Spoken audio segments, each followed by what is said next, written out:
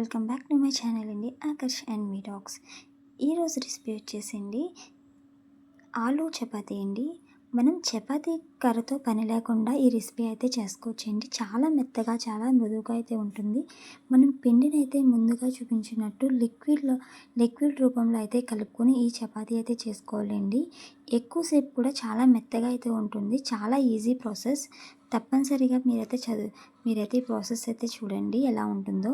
ఇప్పుడైతే మనం ప్రాసెస్లోకి అయితే వెళ్ళిపోదామండి. ముందుగా అయితే ఒక బంగాళదుంపను అయితే తీసుకున్నాను. కడుక్కుని దాన్ని 4 పీసెస్గా అయితే కట్ చేసుకున్న తర్వాత ఒక బౌల్లో అయితే వేసుకున్నానండి. ఇందులో వాటర్ యాడ్ చేసుకుని నేను పొయ్యి మీద పెట్టుకొని ఉడకబెట్టుకుంటున్నాను అనమాట. ఎందుకంటే పైన ఉన్న తొక్క రిమూవ్ అవ్వడం కోసం నేనైతే ఉడకబెట్టుకుంటున్నానండి. మనకి తెలుస్తుంది కదా, మనం బంగాళదుంప ఉడకబెట్టుకున్నప్పుడు తెలుస్తుంది. మనం చాకుతో దేనితోన్నా చూసుకుని తొక్క రిమూవ్ అయినప్పుడు స్టవ్ ఆపేసుకునండి. దాని మీద ఉన్న పీల్ అంతా కూడా మనం ఈ విధంగా అయితే రిమూవ్ చేసేసుకోవాలండి. తర్వాత మనం తురుము తీసుకుంటాం కదండి, దాన్ని అయితే తీసుకొని ఈ బంగాళదుంప మొత్తం కూడా మనమైతే తురుము అయితే తీసేసుకోవాలన్నమాట. ఈ విధంగా మనం మెత్తగా అయితే తురుము అయితే తీసుకోవాలండి. ఇలా తురుము తీసుకోవడం వల్ల మనకి ముక్కలేమీ లేకుండా తొందరగా అయితే మనం తీసుకున్న చపాతీలో పిండిలో అయితే మిక్స్ అవుతుందన్నమాట. నెక్స్ట్ అయితే నేను ఒక ఉల్లిపాయ, పచ్చిమిరపకాయ, కొత్తిమీర అయితే కట్ చేసుకొని పక్కన పెట్టుకున్నానండి. ఇవన్నీ కూడా మనం ముందుగా తురుము పెట్టుకున్న బంగాళదుంప తురుములో అయితే వేసేసుకోవాలన్నమాట. పచ్చిమిరపకాయలు, ఉల్లిపాయలు, కొత్తిమీర ఇలా వేసేసుకున్న తర్వాత మనం టేస్ట్కి తగ్గట్టుగా కొంచెం సాల్ట్ అయితే ఇందులో యాడ్ చేసుకోవాలండి. అంటే ఎవరికి టేస్ట్ తగ్గట్టుగా అలా సాల్ట్ అయితే యాడ్ చేసుకోవాలండి. నాకైతే 1 స్పూన్ సాల్ట్ అయితే నేను యాడ్ చేసుకున్నాను. తర్వాత అయితే పించ్ ఆఫ్ పసుపు కూడా ఇందులో యాడ్ చేసుకోవాలండి. ఇలా సాల్ట్, పసుపు యాడ్ చేసుకున్న తర్వాత ఇవన్నీ ఉల్లిపాయలు, పచ్చిమిరపకాయలు అన్నీ కూడా బంగాళదుంప తురుములో మిక్స్ అయ్యేలాగా మనం ఈ విధంగా అయితే మొత్తం కూడా మిక్స్ చేసేసుకోవాలన్నమాట. మనకి పచ్చిమిరపకాయల ఘాటు కూడా బంగాళదుంపకు పట్టి మనకి చపాతీ అయితే ఇంకా టేస్ట్గా ఉంటుంది. ఇలా చపాతీ చేసుకోవడం వల్ల మనకి సైడ్ డిష్గా కర్రీ కూడా అవసరం ఉండదు. మనం ఈ విధంగా అయితే మనం నార్మల్గా అయితే తినేయచ్చు అనమాట. ఇలా చపాతీ చేసుకొని ఈజీ ప్రాసెస్ అండి. క్విక్గా 5 మినిట్స్లో అయితే మనకి ఈ రెసిపీ అయితే రెడీ అయిపోతుంది. ఇలా మొత్తం అయితే మనం బంగాళదుంప తురుములో అయితే మిక్స్ చేసేసుకోవాలి. ఇలా మిక్స్ చేసుకున్న తర్వాత మనం దీన్ని అయితే మనం మిశ్రమాన్ని అయితే పక్కన పెట్టుకోవాలి. తర్వాత ఇంకొక కప్ తీసుకున్నామండి. ఆ కప్లో నేను 1 కప్ ఆఫ్ గోధుమ పిండి అయితే యాడ్ చేసుకుంటున్నాను అనమాట. అందులో 1 కప్ ఆఫ్ వాటర్ అయితే యాడ్ చేసుకోవాలి.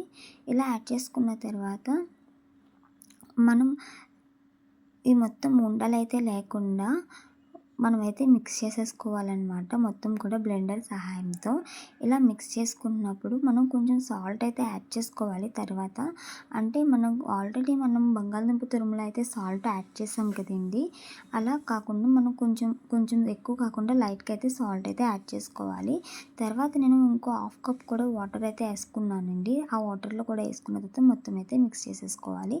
ఇలా సాల్ట్ వేసుకొని మనం టేస్ట్కి తగ్గ సాల్ట్ అయితే వేసుకొని ఈ విధంగా అయితే మిక్స్ చేసుకోవాలన్నమాట. తర్వాత మనం బంగాళదుంప తురుము అయితే పక్కకు పెట్టుకున్నాం కదండి, మొత్తం మిక్స్ చేసుకుని ఆలూలో ఉల్లిపాయలు, పచ్చిమిరపకాయలు అవన్నీ మిక్స్ చేసుకుని అది కూడా ఇందులో అయితే మనం మిక్స్ చేసేసుకోవాలన్నమాట. చాలా ఈజీగా అయిపోతుందండి ఈ రెసిపీ అనేది. తొందరగా కూడా అయిపోతుంది. అంటే మనకి ఇన్స్టెంట్ బ్రేక్ఫాస్ట్ కింద రెడీ అవుతుంది అనమాట. మనం చపాతీ చేయాలంటే చాలా కష్టపడిపోతూ ఉంటాం. అంత కష్టం లేకుండా ఇలా చపాతీ కర్రతో పని లేకుండా చాలా ఈజీగా అయితే మనం రెసిపీ చేసుకోవచ్చండి. ఆ తర్వాత పొయ్యి మీద పాన్ అయితే హీట్ చేసుకోవడానికి పెట్టుకున్నాను. పాన్ హీట్ అయిన తర్వాత కొంచెం ఆయిల్ అయితే మనం దీనికైతే రాసుకుందామండి. పాన్కి రాసుకున్న తర్వాత మనం ముందుగా పక్కన పెట్టుకున్నాం కదండి లిక్విడ్ అదైతే తీసుకుని మనం అట్టు వేసుకుంటాం కదండి, అలాగా చపాతీలాగా మనం రౌండ్గా అయితే వేసుకున్నాము. మనం పలుసగానే వేయకూడదు, అలాగని చెప్పి మందంగానే వేయకూడదండి. ఇలా సమానంగా అయితే వేసుకోవాలండి. మనకి చాలా బాగా అయితే పొంగుతాయి అనమాట. ముందైతే మనం 5 మినిట్స్ హై ఫ్లేమ్లో అయితే దీన్ని ఉడికించుకోవాలి. తర్వాత మీడియం టు లో ఫ్లేమ్లో అయితే మనం పెట్టుకోవాలన్నమాట. అడ్జస్ట్ చేసుకుంటూ ఉంటే మనకు తొందరగా అయితే ఇదైతే ఉడికిపోతుంది.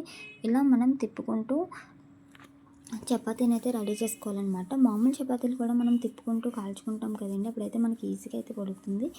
ఇలా మధ్యలో ఆయిల్ అయితే రాసుకొని దాని మీద ప్రెస్ చేస్తూ మనం అటు ఇటు తిప్పుకుంటూ అయితే చపాతీని వేపుకోవాలన్నమాట. ఇలా ఈ విధంగా అయితే మనం చపాతీని అయితే ఏపేసుకోవాలండి మొత్తం కూడా.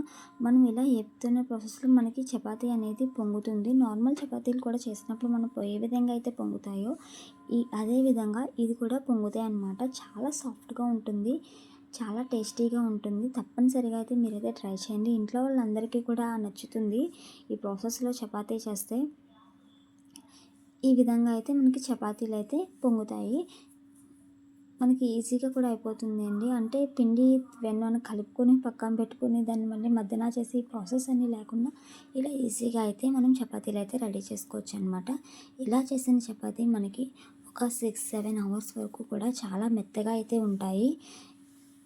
అస్సలు గట్టిపడవనమాట. ఈ ప్రాసెస్‌లో చేసిన చపాతీ తప్పనిసరిగా మీరందరూ అయితే ఈ రెసిపీని అయితే ట్రై చేయండి. పూర్తిగా రెసిపీ చూసినందుకు thank you for watching this video అండి.